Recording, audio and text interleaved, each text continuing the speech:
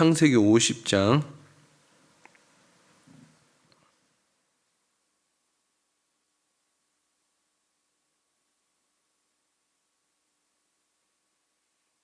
창세기 50장 1절부터 14절까지입니다.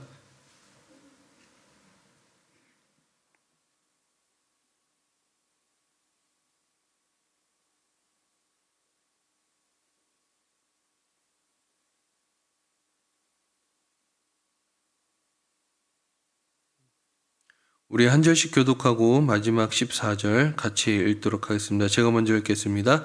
요셉이 그의 아버지 얼굴에 굽으려 울며 입 맞추고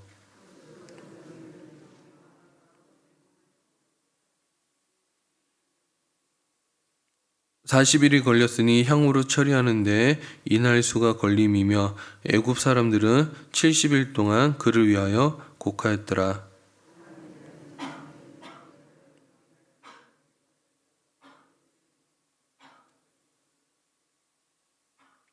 우리 아버지가 나로 맹세하게 하여 이르되 내가 죽거든 가나안 땅에 내가 파놓은 묘실에 나를 장사하라 하였나니 나로 올라가서 아버지를 장사하게 하소서 내가 다시 오리이다 하라 하였더니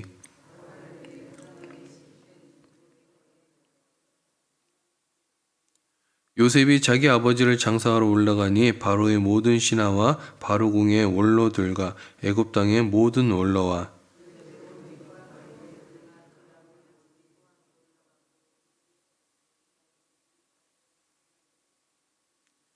병거와 기병이 요셉을 따라 올라가니 그때가 심히 컸더라.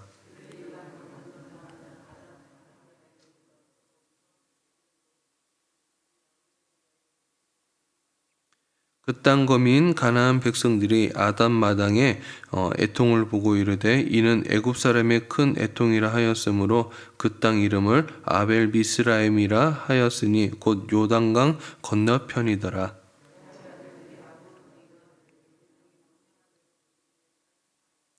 그를 가나안 땅으로 메어다가 마므레앗 막벨라 밭 굴에 장사하였으니 이는 아브라함의 해쪽 속 에브론에게 밭과 함께 사서 매장지를 삼은 곳이더라.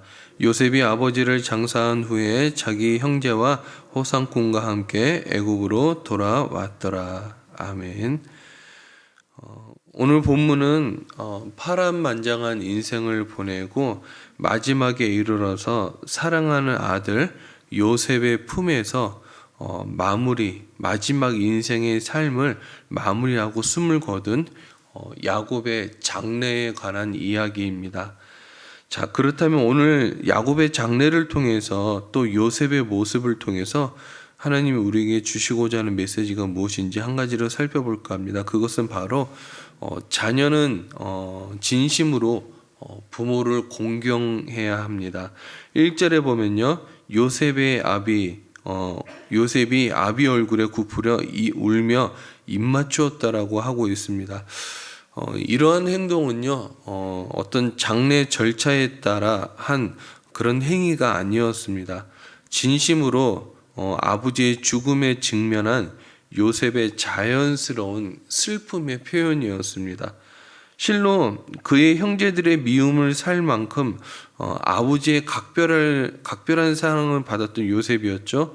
또 아버지에게는 어떤 것도 숨김이 없는 그런 아버지를 너무나도 사랑하였고 모든 것을 다 드러낼 정도로 아버지에게만큼은 진심이었습니다. 그러므로 이 아버지의 이 죽음 앞에 요셉은요, 그 슬픔은 어느 누구보다 컸을 것입니다. 이런 슬픔은요, 자연스럽게 마음으로부터 흘러나와 이 표현이 되었을 것이고요. 그 안타까운 마음은 이 부모의 시신에게, 아버지의 시신에게 굽으려가지고 입을 맞추려고 하였던 것입니다. 그리고 이어지는 이 웅장한 장례식은요, 이 아버지와의 마지막 작별 앞에 요셉이 할 수 있는 이 최대한 예의였고 또한 간절한 마음이었습니다. 그래서 요셉은 자신이 가진 최대한 역량을 발휘하여 아마 가장 좋은 장례식을 치르고 싶었을 거예요. 여기서 우리가 주목해야 되는 것은 장례식 기간에 치러진 기간이나 장례식에 사용된 제물이나 장례식에 사용된 동원된 인원이 아닙니다. 여기서 우리가 주목해야 될 것은 이렇게 치를 수밖에 없었던 이 요셉의 마음입니다.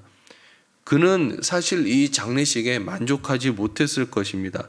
할 수만 있다면 더 크고 웅대하고 더 큰 장례식을 치르고 싶었을 거예요. 가장 화려한 장례식을 치른다고 해도 사실 요셉의 마음은 채울 수가 없었겠죠. 그는 아버지를 막벨라 굴에 장사하는 것이 못내 아쉬워 요단을 건너지 아니하고요, 요단강 건너편에서 7일 동안 애곡할 정도였습니다. 여러분, 부모 공경함이 무엇입니까? 부모에게 좋은 음식 드리고 좋은 집에 평안히 살 수 있도록 해드리는 것일까요? 아니면 많은 재산을 둘 곳 없을 정도로 쌓아드리고 높은 지위에 앉혀드리는 것일까요? 물론 그것도 공경의 하나라고 말할 수 있습니다. 하지만 성경이 말하는 공경이란 그런 것이 아닙니다.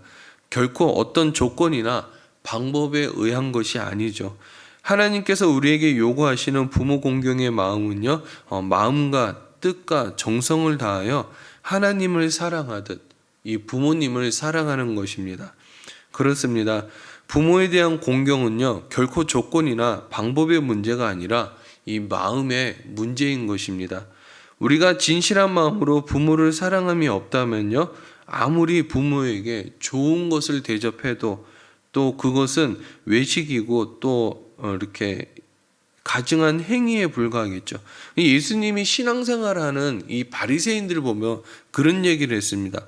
진실함이 없고 사랑함이 없고 마음이 없는데 이 행동으로만, 겉으로만 나타난 이런 바리새인들의 그런 행동을 보면서 정말 외식적이다, 가식적이다라고 크게 그들의 행위를 비판한 적이 있었습니다.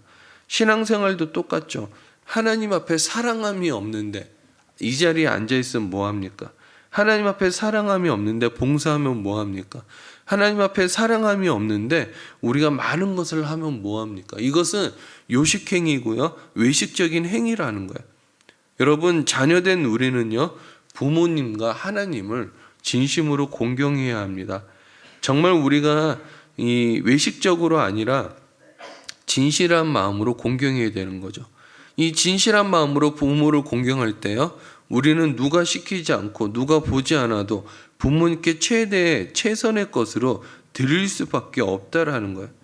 여러분, 우리에게 시간이 많이 있을까요? 그렇지 않습니다.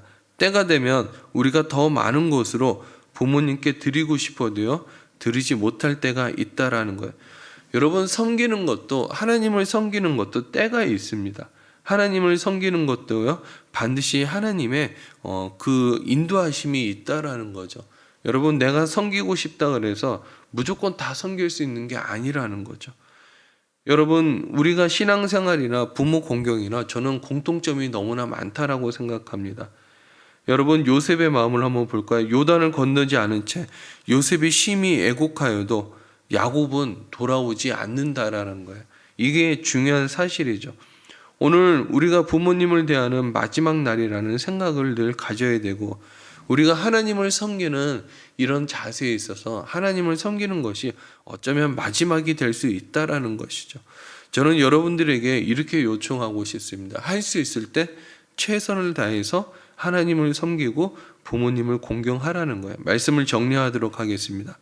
진심이 담긴 공경, 마음으로 다하는 공경이 하나님이 우리 마음을 알아주고 부모님이 우리 마음을 알아준다라는 거예요. 여러분, 왜 두렵던 헌금했던 과부의 그 마음을 하나님이 왜 인정해 줬을까요? 저는 거기에 진심이 담겨 있기 때문에 그래요. 가진 재산에 많은 것을 자기가 가진 많은 것들을 넣었기 때문이라는, 그렇게도 얘기할 수 있겠죠. 하지만 그 두렛돈에 진심이 담겨 있었기 때문에 하나님은 그 마음을 알아보신 거죠. 이런 예는 또 있었죠. 나다나엘이 나사렛에 선한 것이 무엇이 있겠냐 그랬을 때 예수님이 이 나다나엘의 마음을 보면서 그의 마음이 좋다라고 칭찬을 하셨죠. 예수님은 우리 마음을 보시는 하나님이십니다. 여러분들이 어떤 마음을 가지고 예배 전에 나오는지, 여러분들이 어떤 마음을 가지고 하나님을 섬기는지, 여러분들이 어떤 마음을 가지고 부모를 공경하는지 하나님은 다 알고 계신다라는 거죠. 저는 여러분들이 어떤 순간에서도 하나님을 공경하고 부모님을 공경할 때 마음을 담고 진심을 담았으면 좋겠어요. 이 마음과 진심이요, 하나님을 기쁘시게 하고 또 하나님이 기뻐할 때 우리에게 더 좋은 은혜로 돌아온다라는 거죠. 하나님의 사랑으로 돌아올 것입니다.